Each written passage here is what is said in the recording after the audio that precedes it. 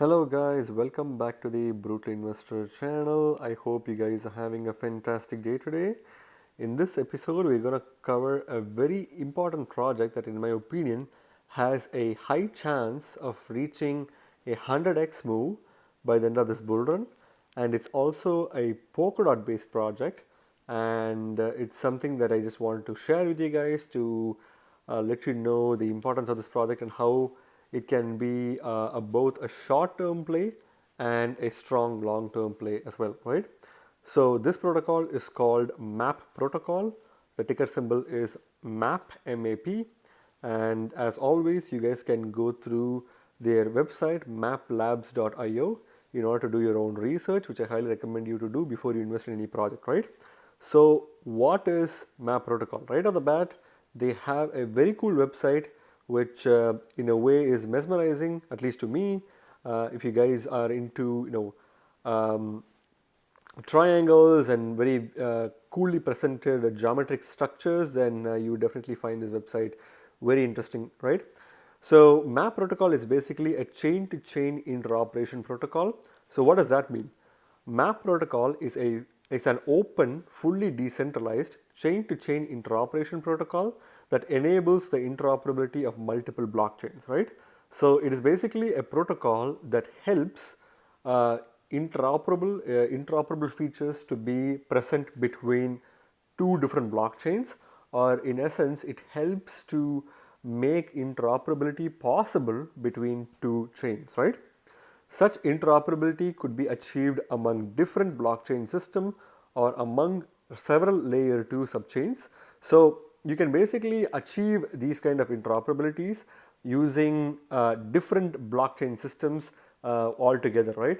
Let's say if you have Bitcoin and Ethereum, they both are on two different blockchains. So you can kind of link them using a common blockchain which has a like the ability to interact with Bitcoin blockchain as well as the Ethereum blockchain, right? So that's just like a simple example to explain what they're trying to say. And you can also do the same using several layer 2 subchains. So by having one layer 2 subchain, you are able to scale a blockchain, but by having several layer 2 subchains, you can basically make a blockchain that would otherwise not be interoperable into an interoperable blockchain, right? Which is something that I believe MAP protocol is aiming to do.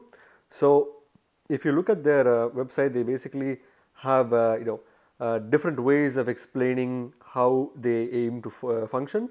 MAP protocol expects to construct a future interchain net which is interoperable and chain to chain based in nature, right? So basically you can basically use MAP protocol to construct a interchain net, which is basically an internet of chains, which is interoperable and is basically chain to chain based. So it kind of tries to link all chains into this one big internet of chains, which will be something that which will be really cool, especially when we ultimately use DeFi as the go-to system rather than centralized finance, right?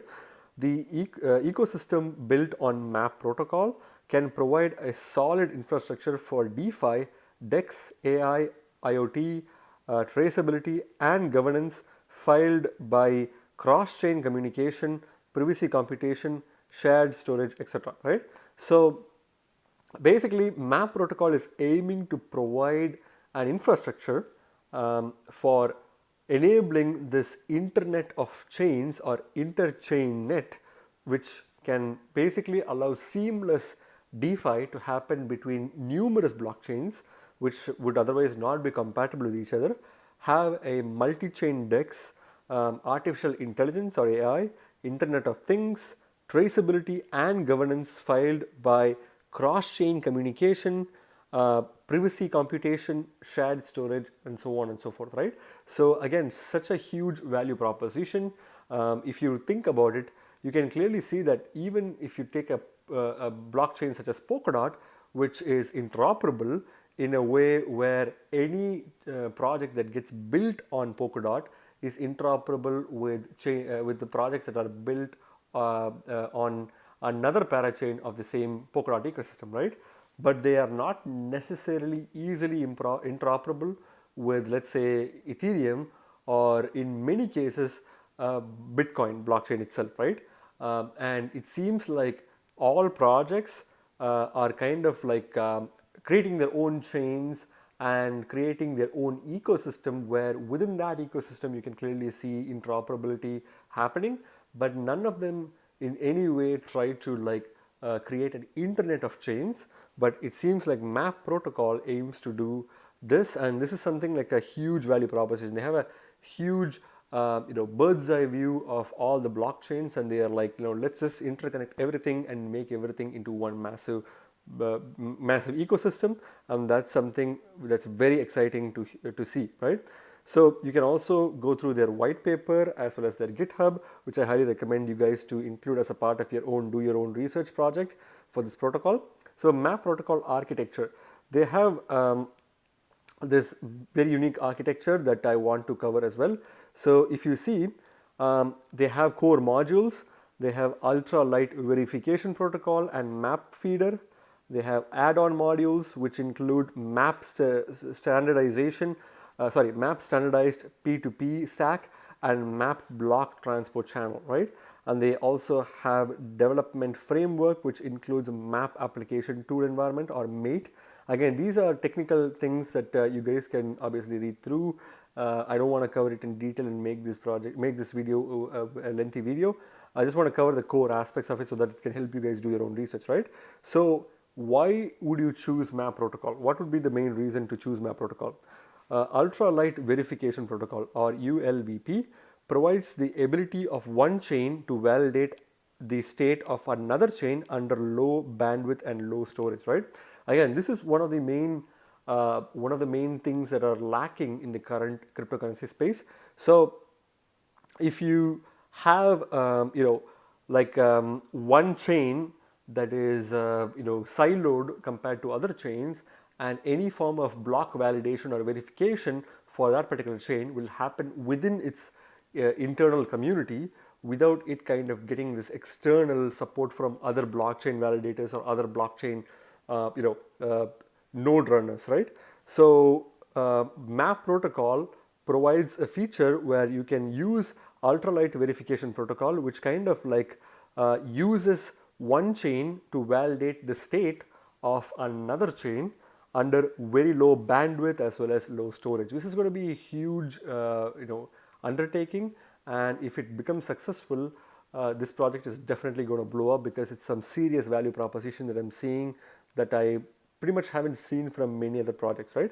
Map feeder provides the ability of one chain to change the state of another chain with suitable authority. Again, in the presence of a suitable authority, map protocol kind of allows one chain to change the state of another chain. This is going to be huge, right? If you can do this, that they're actually claiming right now. Imagine the scenario. Let's take Bitcoin blockchain and Ethereum blockchain, for example, right? Imagine the validators of the Bitcoin blockchain kind of verifying the blocks for the Ethereum blockchain, whereas the validators of the Ethereum blockchain kind of trying to change the state of the Bitcoin blockchain and kind of like interoperable with each other, and kind of creating this huge network of the behemoth blockchains, right? And that's something that will be really cool to see, and map protocol aims to make this possible. Block transport channel, a block transportation channel based on IBLT, which can compress the block size when relaying blocks, right? This is going to be another feature that is going to be important for legacy blockchains, because if you see any blockchain such as Litecoin's blockchain, you can clearly see that it's a fork of Bitcoin's blockchain with very minor modifications, such as increasing the block size, or increasing throughput, but not both, right? They kind of have limitations on how much they can improve, right? On these legacy blockchains, you can't really compress the block size. You have a very fixed block size, and that's something that you're kind of stuck with for the entirety of the blockchain, unless you seriously develop some high level scaling solution on a layer 2 for Bitcoin or or Ethereum or so on and so forth, right? But using block transport channels, a map protocol aims to compress block sizes when relaying blocks, right? This is going to be a true innovation if it ends up being really successful. Map Application Tool Environment, or MATE, development framework which can help developers to construct their own interoperable blockchains. Again, any blockchain system aims to interconnect multiple different blockchains has to have its own tool to create its own blockchains or its own versions of its own blockchains, right? And using the map application tool environment, people or developers who use the map protocol will be able to construct their own interoperable blockchains, right? That's going to be another interesting value proposition. Standardized peer-to-peer stack, a protocol under which the peer under different blockchain systems can discover and transmit stream with each other. Again, there is the letter R that's missing. Again, it's kind of like funny how several low market cap cryptocurrency tokens or projects have numerous spelling mistakes on their website. This is something that I've also noticed, but I do see that you can kind of overlook those kind of aspects. Don't really freak out when you see a bit of a spelling mistake or double spacing or a punctuation or a comma missing, right? That's something that you kind of have to oversee or learn to oversee, especially when projects with very low market cap that have very high value proposition and a very good team can kind of if you find those kind of qualities, you can kind of oversee these kind of minor qualities, right? Just want to put that out there. But basically what they're trying to say with regards to this one is you can kind of use peer-to-peer stack or standardized peer-to-peer stacking that helps basically a protocol under which a peer under different blockchain systems can discover and transmit stream with each other. So basically it's a system that helps blockchains communicate with each other in a very seamless manner. So they basically have 300,000 plus downloads of their app, and they've also have or their wallet, and they also have 3+ wallet support chain. They have 140,000 plus community users. Again, relatively low for a project that aims to do extremely something that many other projects are dreaming to do, right? Succinctness, the protocol will not occupy a lot of network resources and storage resources, right? Again, this is something that every blockchain is aiming to do. Some are succeeding, some are not. They're basically trying to compress and make it much more compatible. The blockchain itself is, if it's compatible and very small, it's going to be easy for users or user experience is going to be very easy because it's going to be smooth. There's no bulky clogging is going to happen, and it's going to be seamless for developers as well, right, to develop on it. Reliability, this protocol will ensure the security of interoperation.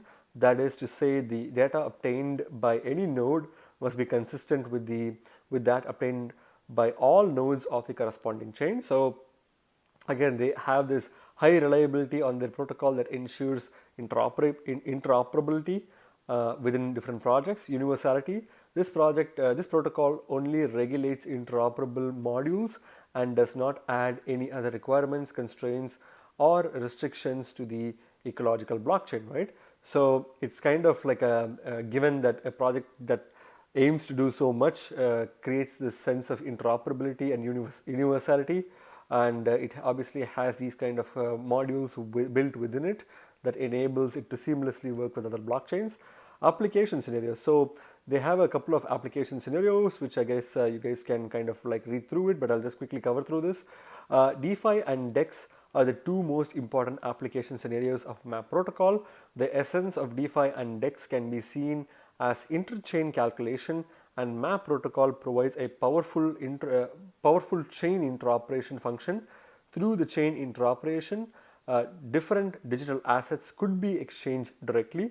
In addition, MAP protocol makes DeFi and DEX safer and more efficient, right? So they're basically pitching the idea of how decentralized finance, which is basically lending, borrowing, staking, participating in governance, all of this combined together forms the decentralized finance ecosystem. and DEX, which is basically an decentralized exchange that allows for swapping two or more crypto assets, right? And allows you to provide liquidity for those assets. So these are some of the main two important applications that MAP protocol aims to tackle. The basic essence of this is that it aims to do this again in an interchain manner with MAP protocol, and therefore it provides powerful interoperation function. Through the chain interoperation, different assets could be exchanged directly. Again, this is something that we are already seeing in the current DEXs right now. In addition, MAP protocol makes DeFi and DEX safer and more efficient, right? Again, that is something that we'd have to see on how safe this project is as it once it runs on the Polkadot network. Finance, AI, Internet of Things, traceability, as well as privacy computation, shared storage, and much more. So it kind of encompasses all of these features, right? So if you are still concerned about the legitimacy of this project, you can obviously keep a track of their roadmap and see how far they have come in. They have made some really important stride, and if you see phase 2 of 2021, which is basically going to be the Q2 phase for the roadmap, they have this electromagnetic project that they're having, and release MAP protocol electromagnetic version, launch MAP testnet, Makalu, implement MAP feeder module. So basically they're trying to implement a bunch of testnets. They're basically trying to implement Makalu, which is one of their testnets, and aiming to release their electromagnetic version of their map, which is going to be interesting to see. And if you see, they haven't really presented Q3 because I believe it's going to take some time for them to have these kind of testnet functionality tested and getting the feedback from the community, and it will kind of take both Q2 and Q3 of the project. I'm not really a big fan of what it does with when it comes to scrolling down. You have a very hard time scrolling down on this website. But anyway, if you go to Q4 of 2021, which is going to be their phase 3, they're planning to release the MAP protocol interaction version and launch MAP mainnet, which will be a huge deal. Implement MAP peer-to-peer stack, realize MAP layer 2 cross-chain, and mate framework, which will be some of the core components that we've discussed right now, which will be released in Q4. In phase 4, again, it's doing this weird stuff with this website again. In Q4, which is phase 4 Q2 of 2022, which will be the grand unification, release MAP protocol grand unification version, realize cross-chain interoperability with other blockchain systems, right? Again, they're having a big plan to implement this one by Q2. I'd be surprised if they end up actually releasing the entire system by Q2 of 2022. There can be some form of delays that happen because it's not going to be really easy to kind of create an interoperability system by a year, right? And that's something that we'll definitely have to wait and see how far they are with regards to the delivering that. If you see the legitimacy of the project, if you want to see the legitimacy of the product, they're basically partnered with the SoftBank as well as Microsoft Azure, which are some of the big names, and you may want to verify that one through their other information, through their social media. They have Telegram, Twitter, Medium, and so on and so forth, which can help you guys do your own research, right?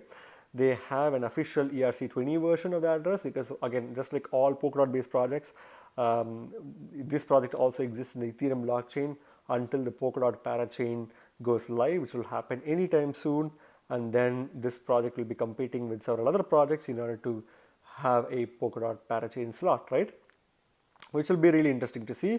Again, a really cool website. You guys can obviously go through their other information from the top right corner and check out their GitHub white paper as well as their wallet itself, which you can kind of download and test out.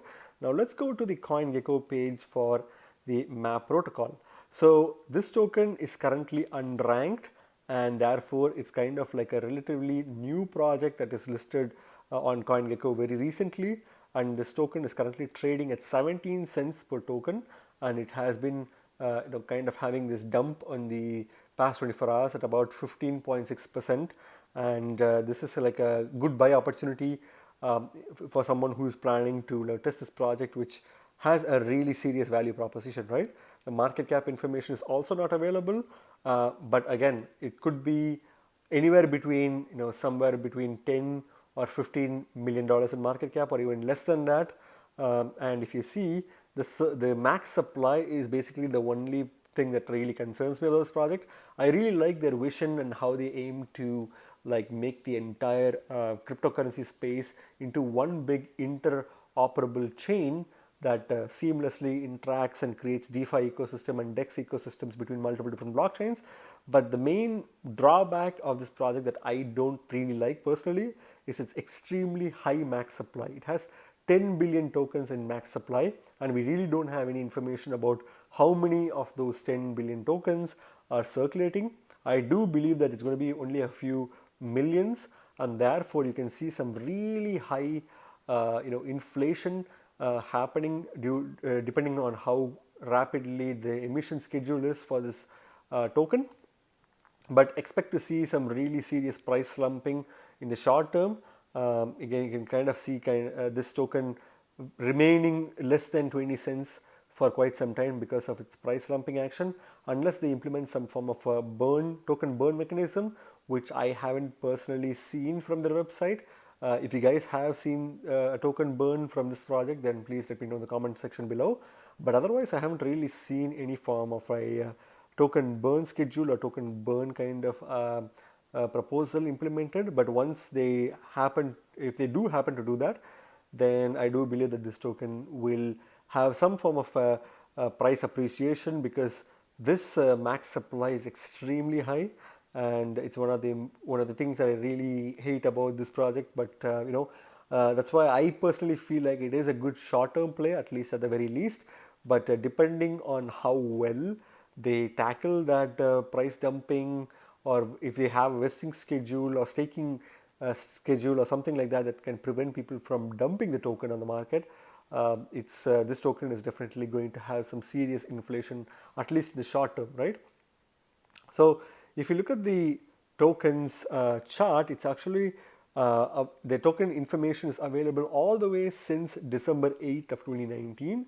Although this project is not really a new project, it hasn't really been receiving a ranking from CoinGecko yet, which is something that I'm not really sure why. But if you see, since December 8th of 2019, this token was trading at 2 cents per token, and it kind of had a big increase on February 24th, 2020, and reached an all-time highs at that time of 10 cents per token, and then crashed immediately and reached a price point of 1 cent per token, and then it kind of spiked back up, stabilized at around the 4 to 5 cents range, and then went up and down and had really no serious action up until early March, when the token price reached from 1 cent all the way to its all-time highs of about 25 cents per token. Again, a really impressive rally indeed. Now, as you can see, the token price is kind of dumping down. So I do expect this token to dump down to the 10 cent range, 10 to 15 cents range, which is going to be highly likely, because you can clearly see that the volume is kind of declining. It had a huge spike and then kind of a huge decline. This is something that I would consider as a serious high risk project. Although their value proposition is really good, I'm personally not a very big fan of the tokenomics, as well as the extremely low volume profile of this project. If you look at the Bitcoin comparative, for example, again, the Bitcoin comparative has been very erratic, and you can kind of see that the pattern has been extremely volatile for Bitcoin comparative. That's also because of the fact that the Bitcoin price has also been extremely volatile. And since this token has existed since late 2019, there is sufficient data to make a reliable prediction on what this token is going to do with regards to Bitcoin comparative. You can clearly see that the all-time highs for Bitcoin comparative was 1085 satoshis, and the all-time low was 26 satoshis. So you can see a huge discrepancy and high volatility for this token, especially with the Bitcoin comparative. And that's going to probably be something that you guys definitely need to look into, do your own research. But at the same time, please don't just jump into this project without looking at its charts, understand its charts as well as do the underlying fundamental research, right? So if you see, when it comes to Bitcoin comparative, I would personally not buy it at these levels. This project is definitely dumping, and I do see this token reaching the two-digit Satoshi mark for this token. It can probably somewhere stabilize between 50 to 60 Satoshi range, which can potentially go even lower if Bitcoin itself goes up in price, right? Again, if you take the Ethereum comparative, again, very erratic and very volatile price fluctuations even in the Ethereum comparative, which kind of mimics the Bitcoin comparative more than the dollar comparative, right? So something that you guys definitely need to look out for. And when it comes to the markets, this token is available on Bithumb, Coin1 and KuCoin. I would personally use KuCoin. If you are planning to buy this token, you can buy it with Bitcoin and USDT, but I wouldn't personally use Coin1 or Bithumb. And if you have already used these two exchanges, then by all means, please go ahead. But again, it's not financial advice. I'm not a financial advisor, right? So what's my verdict on this token? I do like the incredible value proposition that this project is making, which aims to create this interoperable internet for all blockchains. There are certain things that I don't really like about their website. Also, they have a really cool website. There are spelling mistakes and silly mistakes that they could have obviously avoided. I don't think this project is a scam because it has existed since 2019, and I believe that this token was added to CoinGecko relatively recently, but because they changed their address, so I think they kind of like removed it and re-added it. I could be wrong because there is another map ticker symbol that's also available in CoinGecko. Maybe I'm confusing with that, but regardless of that, this project is a relatively old project, but it has survived since late 2019. So if it survived since late 2019, I don't think this project is definitely I don't think this project is a scam. I definitely think this project is legit. But considering the fact that this project is legit, you can't really see a reliable market cap information because it's still relatively new since they migrated from a different contract address. I believe that the market cap information is not really reliable, but I do believe that this project could be anywhere between 15 to $10 million in market cap, especially considering the extremely low volumes that this project has, and the max supply is extremely high. Since we don't have the total current circulating supply for this token, I'm not really you know comfortable investing a large portion of my capital in this project. I would still consider this as a short-term play because if you see, this token went from 1 cent all the way till 25 cents, right? That's an incredible pump, and it's tokens like these that can definitely pump that have the capability to pump those to those levels, right? And therefore, I would consider this project as a really good short-term play, but you guys can do your own research and see whether they are going to be a valid long-term play.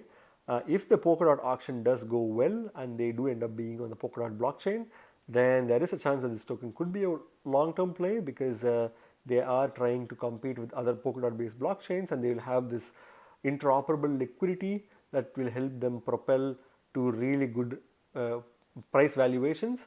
But otherwise, for now, I will rank this as a short-term play, a highly risky play. I wouldn't put a lot of capital on this, maybe not more than $1,000 USD. But if you guys want to play with a small bit of money, KuCoin is the place to go to buy this token, right? Again, not financial advice. I'm not a financial advisor. Please do your own research before you invest your money on this token, right? Again, remember guys, you guys are not regular investors. You guys are brutal investors, so stay brutal. Thank you very much for watching my video, guys. If you like my video, please click the like button and subscribe for more videos. See you in my next video. Bye.